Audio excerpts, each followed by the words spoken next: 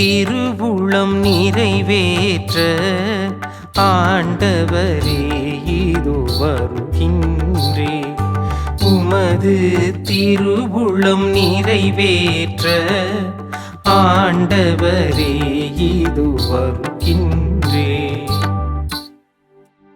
நான் ஆண்டவருக்காக பொறுமையுடன் காத்திருந்தேன். அவரும் என் பக்கம் சாய்ந்து எனது மன்றாட்டை கேட்டருளினார். புதியதொரு பாடலை, நம் கடவுளை புகழும் பாடலை என் நாவினின்று எழச் செய்தார்.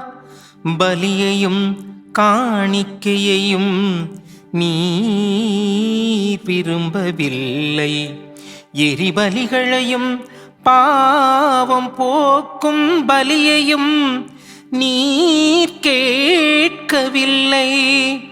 ஆனால் என் செவிகள் திறக்கும்படி செய்தீர். எனவே இதோ வருகின்றேன்.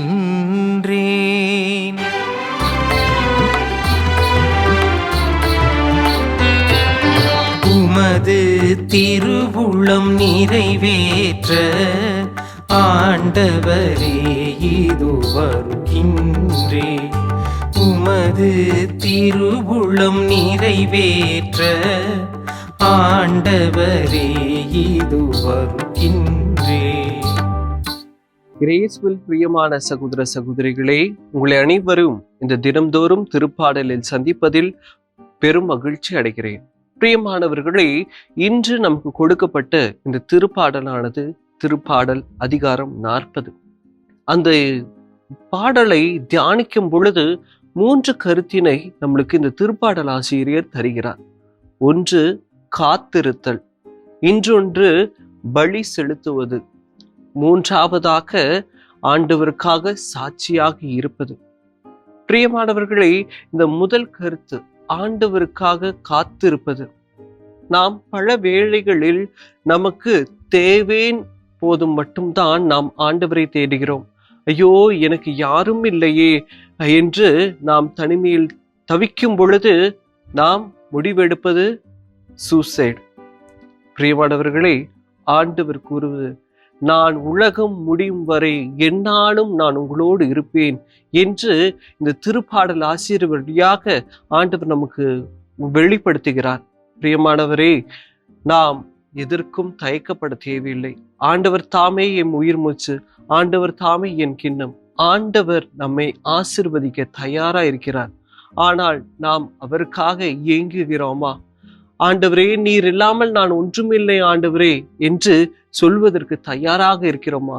அல்லது நாம் சுயநலமாக நான், எனது, என்னுடையது என்று வாழ்க்கையை சுருக்கி கொண்டு நான் நல்லா இருந்தா போதும், என் குடும்பம் நல்லா இருந்தா போதும் என்று நம்மையே நாம் ஏமாற்றிக் கொள்கிறோமா? பிரியமானவர்களை, இன்று திருப்பாடல் ஆசிரியர் நமக்கு தெள்ள தெளிவாக கூறுவது, ஆண்டவர் உனக்காக யாவையும் செய்து முடிப்பார். எனவே அச்சம் தேவையில்லை, தயக்கம் கொள்ளாதே, நம்பிக்கை கொள் என்று ஆணித்தரமான வார்த்தையின் மூலம் ஆண்டவர் இன்று திருப்பாடல் ஆசிரியர் வழியாக, காத்திரு மகனே, நான் உனக்காக என்றும் காத்து கொண்டிருக்கிறேன், நீ என்னிடம் திரும்பி வா என்று கூறுகிறார். இரண்டாவது செய்தியாக ஆண்டவர் நமக்கு இந்த திருப்பாடல் ஆசிரியர் வழியாக கூறுவது பலி. எப்படிப்பட்ட பலியை ஆண்டவர் எதிர்பார்க்கிறார் என்றால், காணிக்கைகளை கொடுப்பதோ அல்லது சந்தாவை செலுத்துவதோ அல்லது தினம்தோறும் திருப்பலியில் பங்கேற்பதோ அல்லது பாவ சங்கீர்த்தனத்தில் பாவ மன்னிப்புக்காக நம்மையே கொடுப்பதோ ஆண்டவர் அதற்காகலாம் காத்து கொள்ளவில்லை. பிரியமானவர்களை, ஆண்டவர் காத்து கொண்டிருப்பது ஆண்டவருக்கு உண்மையான பலி. அந்த திருப்பாடல் ஆசிரியர் அதிகாரம் 51 கூறுவது போல, ஆண்டவர் எதிர்பார்ப்பது நொறுங்கிய நெஞ்சமே. ஆண்டவரே, என்னை மன்னித்தருளும், நான் பாவி, பாவியிலும் பாவி, நீர் எம்மில் வந்தால் என் குடும்பம் ஆசீர்வாதமாக மாறும்.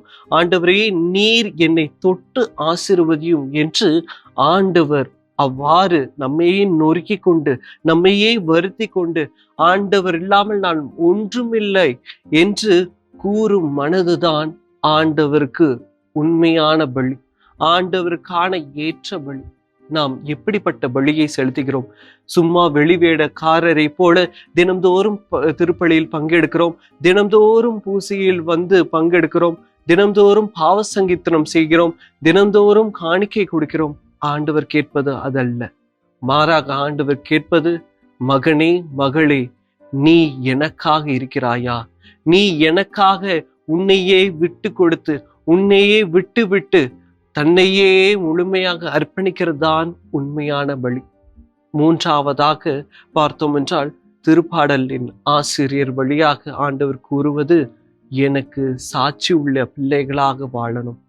பிரியமானவர்களே, நாம் பல வேளையில் நமக்கு கொடுக்கப்பட்ட அந்த பட்டத்திலும் பதவியிலும் பொறுப்பிலும் மிதந்து நம்மையே ஏமாற்றிக் கொள்கிறோம்.